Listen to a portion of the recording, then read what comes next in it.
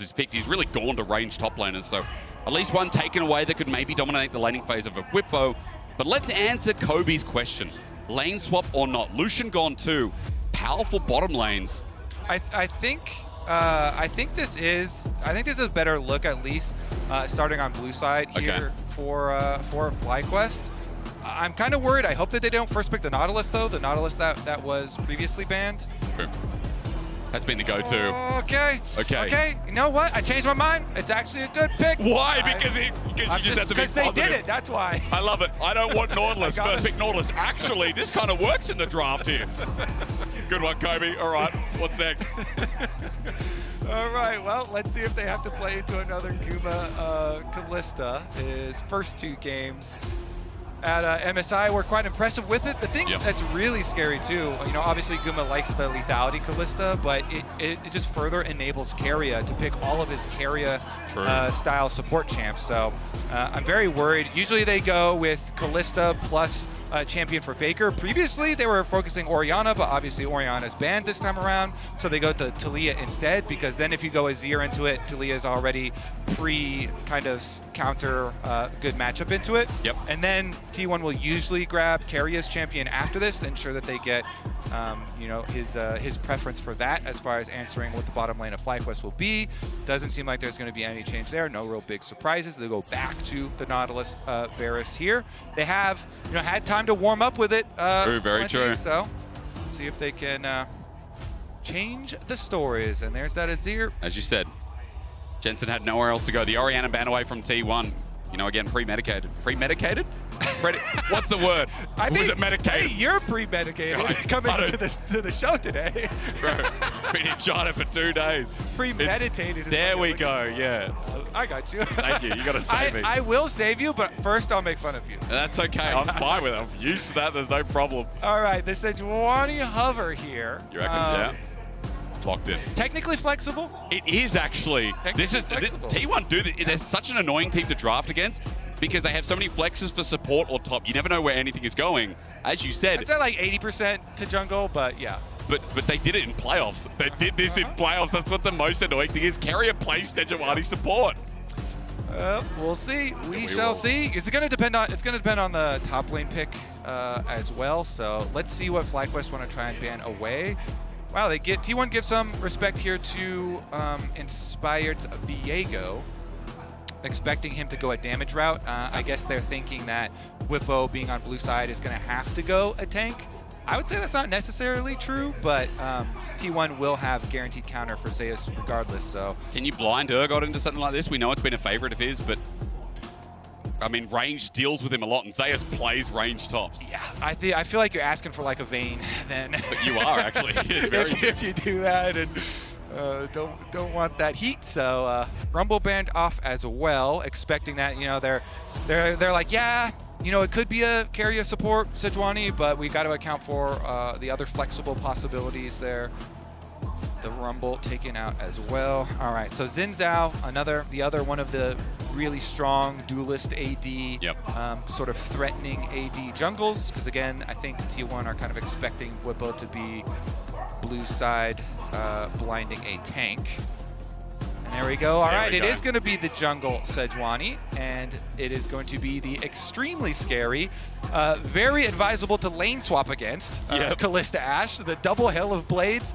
And this is not just any Kalista Ashe. Everybody around the world, you know, plays this lane now, and it's impressive in everybody's hands. It's very, very brutal, especially level 1, but the most so in Gumayushi and Keria's hands. Keria's Ashe is insane. Like, on the other side, Wukong, just a side note, Inspired locks in jungle here. As you said, Whippo is going blinding into top side. I would say grab a tank and lane swap. On then, Zac is still up. I mean, Zac and Sion are probably the 2 best for lane swapping. Basically, I feel like the tier list for lane swap top laners is whatever top laner has a super OP passive. True, like Gragas. Gragas is pretty good. Sustained. I would say the most OP is Sion's passive. Then Zax's is like second to that, and then you get down to like Udyr and Gragas and stuff. But this one could account for both situations. You know, Gragas has basically doesn't have a lot of like terrible, hard counter matchups. Sure. Always has options for playing safe, regardless of what it's going to be. But they pick Asante R5. All right, yeah, Zeus is. I mean, there's a lot of top laners. I was going to say, he's not talking about Asante lover. It's like every top laner probably here at MSI. But all right, let's get into it. T1, they'll be looking for some standard lanes, I assume, so that they can make full use of Kalista Ashe, double Hail of Blades, brutality. How scary is that comp at level 6? How much does it switch on? Weaver's Wall, Glacial Prison, Carrier's arrows flying across the map. I mean, I'm kind of terrified already at level 1, but level 6 too. Yep. I think you're coming through some trauma from game 1. 17 and a half minutes if you missed out, by the way. Well, the other thing too, why I think it would be good for FlyQuest like lane swap is like Wukong really wants to get level 6 for jungle, whereas Sejuani can be very active very early on. Level 3, just need 3 camps. And so Owner definitely gonna have a lot of options available to him, and assuming they actually get their standard lanes, will have a very strong and pushing bottom lane to play off of. Guma and Carrier, Kalista and Ashe. The 2v2 from hell. It's like they're literally Gordon Ramsay and FlyQuest on the other side. They're the restaurant owners. The call room's not clean. There's cockroaches. They're going to be in trouble if they don't clean this act up fast, because in 17 and a half minutes in game number 1, it was a massacre. It was over before Baron spawned. It was over before FlyQuest could blink an eye. And we knew coming into this T1 were favorites, but I feel for you, man, because you having to sit there and watch that after we set up that there could be some contest. I think it's funny because I know I can just visualize chat. All chat is spamming is 1647 and 1731. It's like a war. Who's winning, the 1731s or the 1647s? I don't know if it was Yank or someone on Twitter. They said, new Mad Game just dropped, yeah. Also, Raz was dead on the floor, so someone sent help. Game number 2. One step away from qualifying to the main stage for play-ins. I mean, a lot of people are like, man, having diverse T1 in play-ins, how hard is that? Right now, we're seeing exactly that. Jensen getting poked out at level 1 by Faker. Half a HP bar lead. He does have time to back, though, so it's not going to be the end of the world. True. The world has not ended yet. That's good. Last game, the world ended at 1731. Top side, they did have a little bit of a fishing opportunity here. They did end up showing Busio is up here. Bwipo is also showing that he's here, though. I think T1 probably will be very well aware that FlyQuest are searching for the lane swap, so they should be able to react here. One of the biggest mistakes you can make if you're doing a lane swap from blue side here, like FlyQuest are doing, is if you don't go for the invade on enemy jungle. True. And so, hang on. because we actually saw it yesterday, if you force the lane swap and then you don't push enemy jungle, he just missed a body slam on Red. He needs to be wider. He does. As Carrier roams into Jensen, there's the flash gone. He just came back to lane. He just walked here. But now as he gets poked out again, I mean, Jensen might get forced back. Might have to TP early as we get in the jungle trade. And this is the best part about lane swaps. Level 2 hit by Inspired. Faker does the damage, but Zeus is left out. He takes him up against the wall. He ignites. He still dies. But they're in 3v3 with no health bars, and Carrier is an Ashe with Hail of Blades. He starts firing away. Inspired tries to tank it up, but Permafrost is so easy. Owner's going to get the kill. Busio's up next. He dredge lines out, but Carrier gets the flash, has his own, matches him. And if you want to take T1 toe-to-toe on in this early game, they'll be happy to do the dance as Jensen just gets hit by the glide drive-by in the early game. But of what?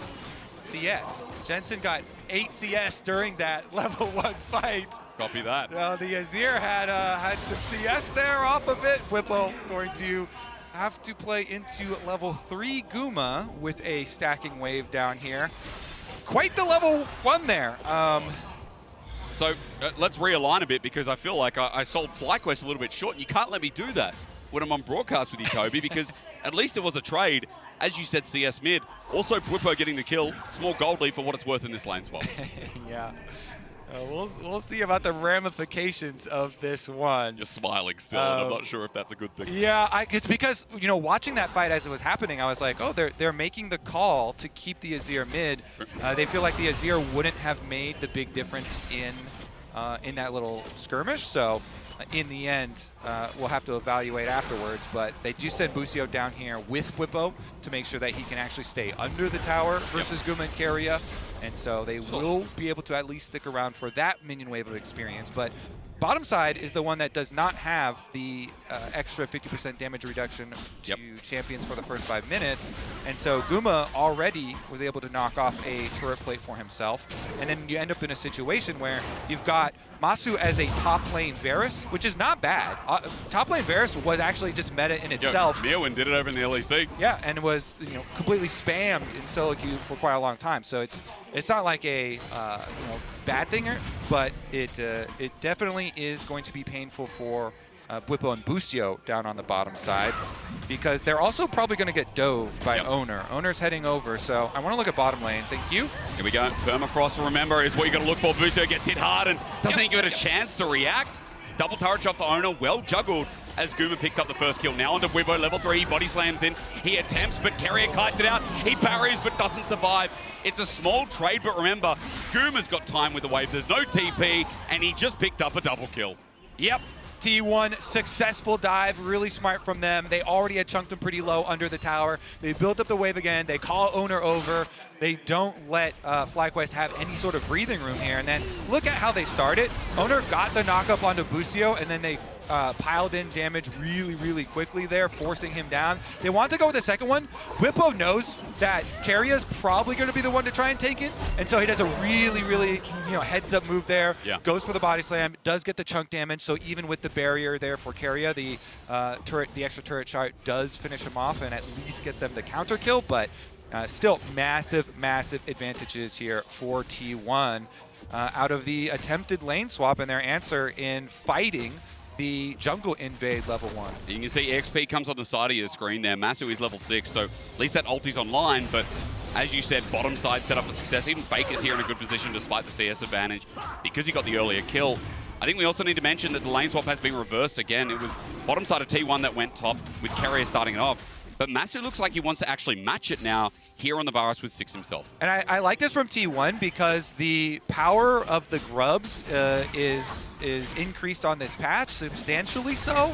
And with the speed that they've been ending out games, you can definitely tell that they want to make use of the Void Grub buff and pushing down all these turrets. They don't want to wait around for a long game stacking dragons. Like that's not really on the timeline. They've got dinner reservations, Yeah, can't be here all night. The timeline, we're on the grub timeline here, not the dragon stacking timeline. And so they go for the top side objective instead. And they will be able to pick that one, although at least a little bit of Ocean Dragon regeneration might help out FlyQuest. They're going to get 4-person dove here. Uh-oh.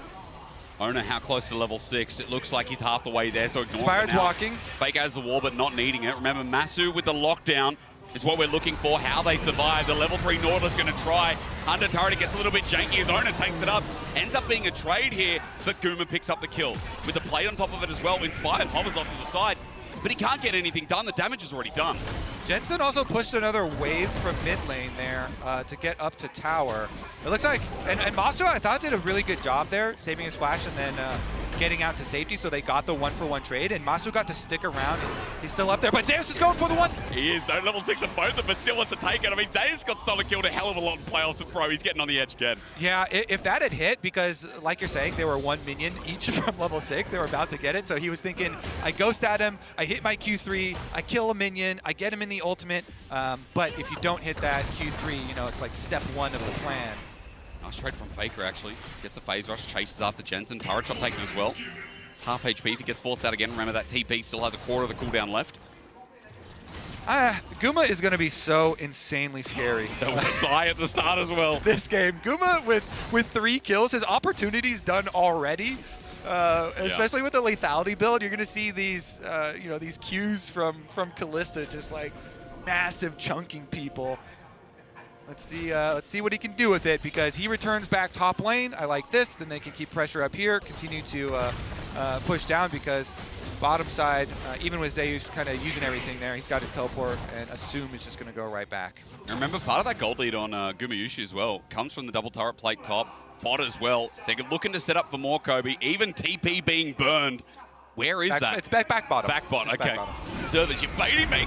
Chains of Corruption comes through. Guma, meanwhile, doesn't need to cleanse because he doesn't have it. Doesn't care. The pokes in.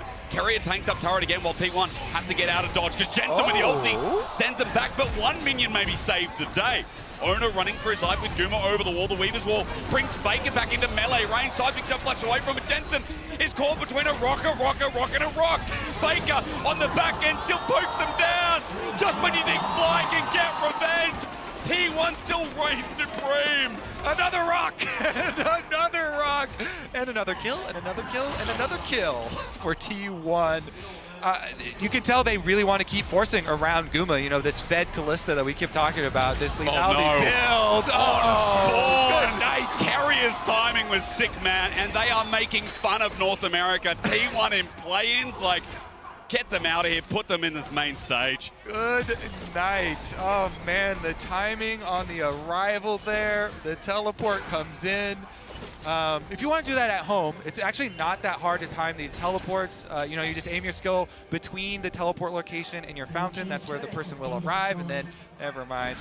Here we go. Is revenge coming? This is real revenge. Here we go. Let's see. There's flashes on both Guma and Carrier, so I think at most you get a flash. And there's a barrier. He walks back in front of Guma. He saves his life. Not even going to get a flash. But with the fate sealed, well done from the 2v2. And you're right, no summoner for the Drake, just the ulti. Yep, Kalista ult, no problem. Massive revenge there. Okay, let's take another look. They started out, Masu hit the ultimate onto Gumi to delay the big damage, but it doesn't matter. They got the full combo on him, and this was a kind of a cool sweep. There was one more minion left, and so that extra range minion taking the first turret shot meant that Owner didn't die, because if Owner had to take that turret shot also, then maybe they would have been able to finish off that first kill there. Then they get the return, and the super fed Kalista comes through. Faker did such a good job coming in to you know, cover for Owner there so that Sejuani could get out alive. They pop the heal. They are just brutal with it, man. I feel like every international, like Guma kind of keeps his team together. But you get to an international and Guma gets even better. The duo gets even better, whether they adapt to the meta or just have insane laning phases like we've had. Whether it's a laning phase traditionally or not, I mean, we've only got positives to talk about here for T1 with a 4K gold lead in the early game.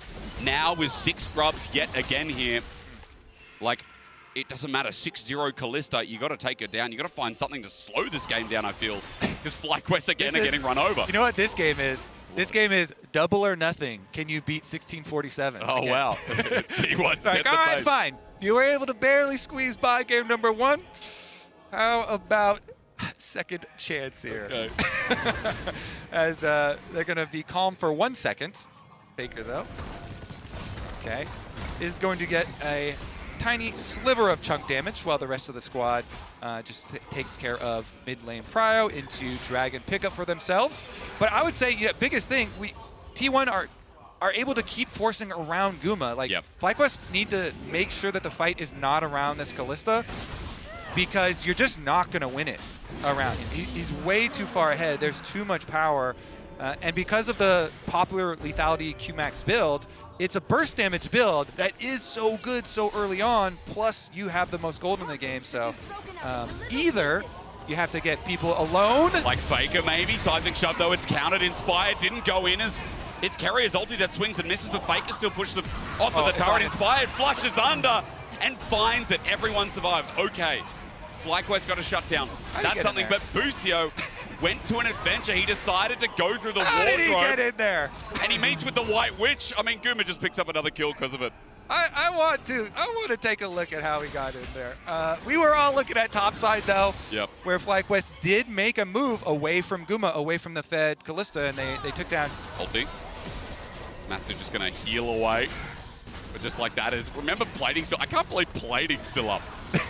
It's crazy. Look at Carrier's poke damage. This is just unfair. All right, 4 minutes to go. All right, shrug it up.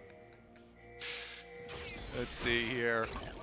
Pings, they're spamming pings onto Carrier. I think it's pretty hard to go for, or onto Guma. It's pretty hard right now. He's got double summoner spells up. But you know, first step is it going to be blowing those summoner spells, and then maybe with a Nautilus, with a full combo here, if you Nautilus hold them in place and you have multiple members from FlyQuest come expend flashes, it is a giant shutdown. Hit Faker again, inspired with the ulti up and available. No, not soon actually. Seismic shove comes back and there's good damage on Faker, but he survives again and makes it troublesome for FlyQuest to continue any further. Yeah, I think FlyQuest just keep on trying to pressure that side lane there. Yep. It's kind of your only opening, because Guma now also has gotten a spell shield with his Edge of Night. So not only does he have double summoner spells, but he also has the shield to rely on. Bubo trying to keep the minions away from the tower. Just ignored. Good buffer from Zayas. Turret's going to drop down here thanks to Grubs. And a buff-foot auto gets him that turret as well. 2-0 in turrets, by the way. Squidpo can't chase with the body slam, hits minions instead. Yeah. And nobody else is coming either, so nope. No extra damage, so nobody's going to go down there. Guma Yushi gold board. 2,000 kills. Wow. Of course, gold, ladies and gentlemen. Don't be like me. Whippo looking for the chase. Inspired's coming in. Zayas trying to buy some time here, but it might be buying time to bring the whole members down. He's still tanking up. Cyclone as well. He runs for his life, goes in the all-out, survives for now, leading him on a goose chase. Big Boosie. Busio with the ulti available, but he's already out of range, and people move down for that. The map given over once again for a free Herald. He's got Ignite and he has Ultimate, so he was thinking about some burst damage. But Zayas is able to escape there. Nicely done from him. Cassante work. Okay. But that's kind of the only real strategy they have left open for them, FlyQuest here. They're trying to make picks on both side laners at different times with extra members. You just try and overflow one side of the map. They're going to take a look here, but Faker's got friends on the way this time. He does, and the arrow flashed away from, but again, Carrier just sending him out. A reason why we respect this Ash pick for him.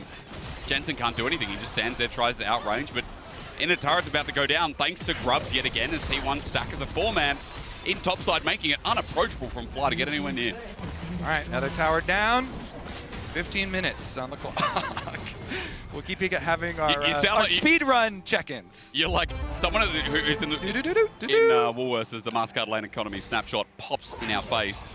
You're like someone who's at Woolworths or let's be more relevant. What's shopping center? Trader Joe's. How's that? Right? And you just want to get through it as quickly as possible. So you're sitting there as Masu gets ulted and you're like, get me out, mum. I don't want to be here. Busio flashes away as well, trying to get out. And meanwhile, T1 are just looking through all the poultry. What do we buy today? Who cares?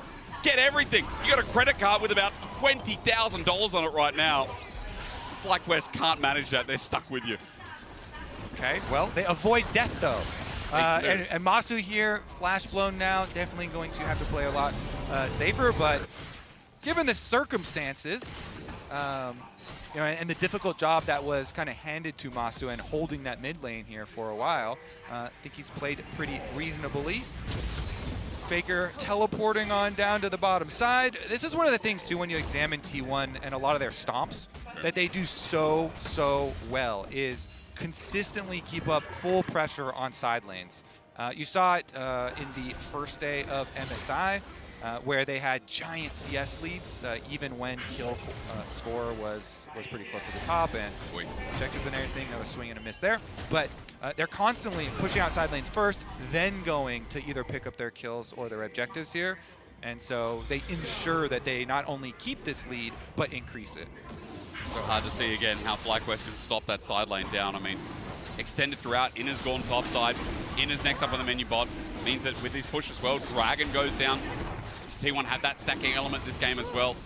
They've also still got the Herald. We're 17 minutes in, which is an improvement, but the game is not at the inhibitor.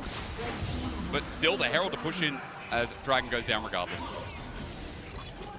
Yeah, let's see. I mean, if you have the choice between mid-secondary turret and an outer secondary turret, you definitely want the outer secondary turret. Oh, yeah. As it is worth substantially more gold. Total gold for the inner secondary, 550, I believe, and 800 for the side lane one. So, but they don't necessarily need to use the Herald to actually get that one. Owner's actually going to charge right in, and you can see on the minimap when Karya and Gumayushi are invading the jungle, you have to respect it as FlyQuest.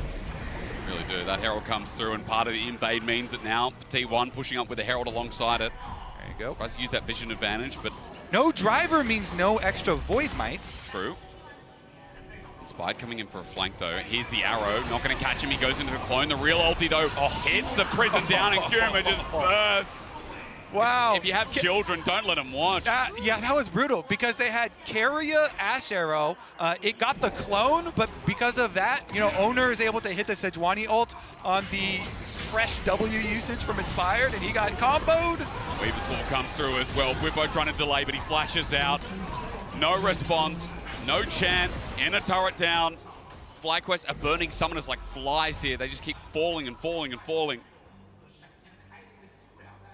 Yeah, man. I mean, that's exactly what Faker said in the intro, right? Jensen was like, Chengdu's our chance. And Faker said, no. Chance. You're going to fall now. As you said, this is really nice. Yeah, so that's the W I was talking about, but Owner is waiting for the W. It's like, it's kind of insane. Carrier's Ash Arrow forces it, and then Owner just nails him in the face right into the perfectly timed seismic shove from Faker out of the stun. And completely 100% 2-0.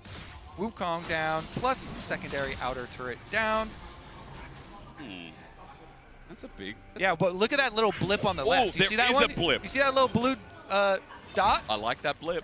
What happened there? What did happen What there? was that? What the? I'm trying to remember. Was that the invade? Maybe the CS lead on Jensen. Oh, the CS! You're right! That was 8 CS right there! Yeah, hell yeah. But then all the kill, whatever. And then we went other way, but that's what we remember. That's what Analyst Test is going to go over. Let's talk about the 10 seconds. Okay. I mean, again, no discredit to FlyQuest. I think there's been some good moments in the series. Game 1, the game top. Game 2, at least matching pound for pound. I'm not trying to be disingenuous. I'm just trying to say that I mean, they've tried, but man, a T1 are a different beast, and this is what we know. They get to internationals. It's not just spot lane that levels up. It's literal world champions right now. Yeah. Literal world champions closing in. Arrow. Faker. Oh, did they not have a shove? Maybe not. Faker does take it a little bit. Depth charge is there. This is the play. Flash away. Inspired matches. Sends Faker on a bounce house, and he does have enough damage. He takes away the mid lane god. Now, what else can you get? Inspired with another Cyclone to get movement speed. Guma zones him away. Running forward is Zayas to separate Whippo. T1 with numbers disadvantage, but they're still playing the fight. Zayas gets slowed down. Is it a whoopsie or not? An explosive cast used. Zayas surviving for so long, and he's out! Jensen's ulti doesn't connect, and Guma's just over the wall, ready and willing. Whippo with a body slam. It doesn't hit, no. Zayas jumps back in. He all outs, and Whippo's isolated this time from FlyQuest.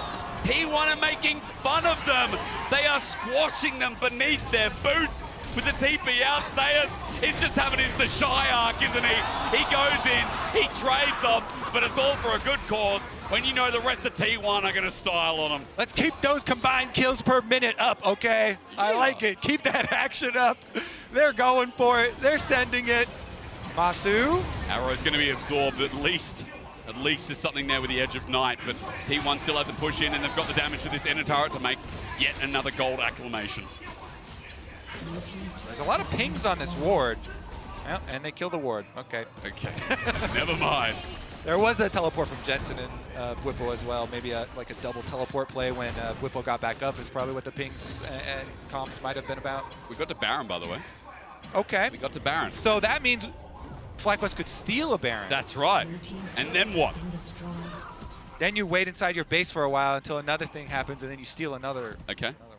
And then maybe if it gets to Elder, then Elder flip the game. Yeah, I like what you're cooking up here, buddy. Hell yeah. They do still have the double teleport Whippo Jensen, play that we're kind of going over right now. They do need to get more deep wards out on the map to actually be able to use that play. Ideally, you want to get vision on T1 players first so that you know you are teleporting into a numbers advantage. You can actually kill the person you're going for. And then you need to have a ward around to be able to pull the play off. Carrier is making that very difficult for them, going through and clearing out most of them. Umbral, an absolute nuisance as you pointed towards. Only one ward left in the pixel brush, I think. The Faker's going to walk over now, so at least not all vision's cleared away. But T1, the rest of the river, as the arrow flies through, Inspired, not going to get hit. Clones just in case. He's had good reaction time at the very least this game. But Dragon has spawned. This is going to lead to Soul Point. And T1 going to take this easy-handed. As pings are going up towards the Baron, it's like Fly, like, well, we've got to make the miracle play on this top side in the meanwhile. Onto Faker, maybe? Yeah, if they had actually got it knocked back towards the ward, maybe then Jensen teleports in. Because Faker doesn't have Flash, so that was probably the call for that play there, is if he actually got the knockback direction, then they would go for the teleport, but doesn't quite get it there. Faker just pushed out. slides away to safety, surfs away He to does. safety. He's been surfing all game. He's been the target approach from FlyQuest, but even with the kills coming through, we've got to remember what T1 are trading on the other side of the map. As I said, Soul Point, so 4 minutes 30 till an Infernal Soul on Talia and Lethality. Yeah, don't look at Guma's inventory. It's... Oh, I looked. I should have looked. Man, that's 3 and a bit items. Versus Lethality Virus, who is not at 3 himself. The fact that Masu's even semi-close, I think is nice. But 4.5k gold lead, as you can see. Now onto Busio. Putting more style in. Zayas comes in for the roam. Busio gets ranged up. Takes a blast cone to survive with the flash away. But probably yeah. forced now for sure. They've got really, really good turn. Even with the Ash Arrow being used there, Sejuani ultimate is ready. All right, here's where miracles can happen. It has to. Do you believe in magic?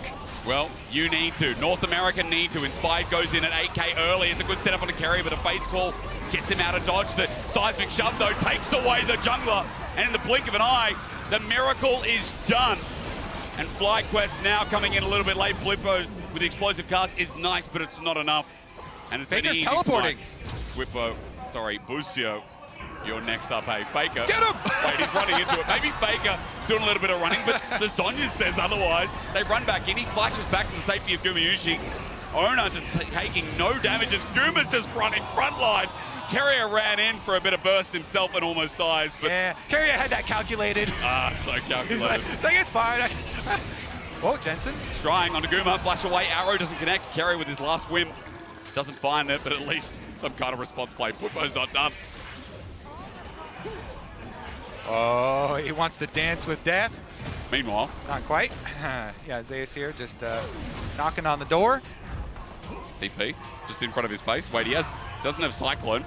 They know the timers of jungle ult. As Zayas just protects bot lane turret from getting pushed by Jensen. Yeah. Yeah, Inspired to try to use it in the Baron pit, trying to get their miracle going, and tower down on the top side, so inhibitor is fully exposed for next time around. Did you think it'd be this one-sided? Like, I did think it was going to be one-sided, but I mean, game number one, even if you thought it was going to be a 2, I think game number one was surprisingly quick. Oh yeah. I think even this one, like leisurely T1 have been getting off picks. They're still 13k gold ahead. Like, this is a statement you expect from LCK, from world champions, when they're running in a play-in stage versus second seed of the LCS. Yeah, when are those world champ skins coming out? Well, pretty soon, right? Maybe during the tournament. As T1 make it through, because remember, with this win that is slowly encroaching FlyQuest base, they qualify for the main stage. They're done. They don't have to go through play-ins anymore. FlyQuest will get another chance against the winner of Estral and PSG. Maybe a rematch in the cards for FlyQuest as well. As T1 look to approach and send us to that absolute monster of a finisher here in less than 50 minutes so far in this series. Bot lane turret now gone. Inspired here up on the... Faker again. Cyclone comes through. It's the last chance. Jensen gets a shove back on the Nemesis here in the mid lane. Faker's still going to dive at Guma. Cleans it up for a trade. Inspires to get on out of there as well. I'm talking like this is close. Even as Ona whiffs the ulti, it doesn't matter. Watch Guma's damage as he cleaves through the guy from Bioshock. Big Daddy down. FlyQuest left to 3. A body slam flash. An attempt here from Quimpo. But even that will do nothing. Under the turret, Carrier sits freely. Ona's playing with food. I mean, they're styling on them yet again. And T1 with Baron Kobe, I think they're just going to do it. I agree. T1, what a stomp here at MSI. Zayas goes for another one here on Inspired. Inspired bonks him on the head, though. Maybe it's not over. Kerry has demolished. Wait, Guma just silences him. Dredge line avoided. Busio, you're up next. No turret to speak of. That is disgusting. Carrier arrows down onto Jensen. Guma sits at 1 HP. Carrier flashes. They are making fun of North America. Faker runs in, goes gold. The minions are helping out as well. Next is exposed while Guma hits it. Faker wins out. These guys go to the main stage, and this series is a domination of what T1, and a demonstration, I should say, what this team's capable of. Yeah, I for sure, for one, am for sure shocked that T1 are going to the main stage. Aren't you? Really well done by them, obviously. T1 here coming out, not messing around, absolute stomp by them. And they have not given away anything in the play-in stage either, so they will be heading to the main stage very hot. In world record fashion, that was the fastest international BO3 timer ever. Yeah, we haven't had a lot of international BO3s. That is also but that one was really fast. That was really fast. I mean, this team is so good. Like, some people had doubts after the Estral series, but I think a lot of people also saw that T1 had a bit of fun with it too. Like this second game. How can you not love this team? So fun. The way that they play, the style that they play with. Even FlyQuest members during that game, you could tell. I mean, it's a rough one. FlyQuest still have another chance. Remember, they are waiting for the winner of Estral and PSG in the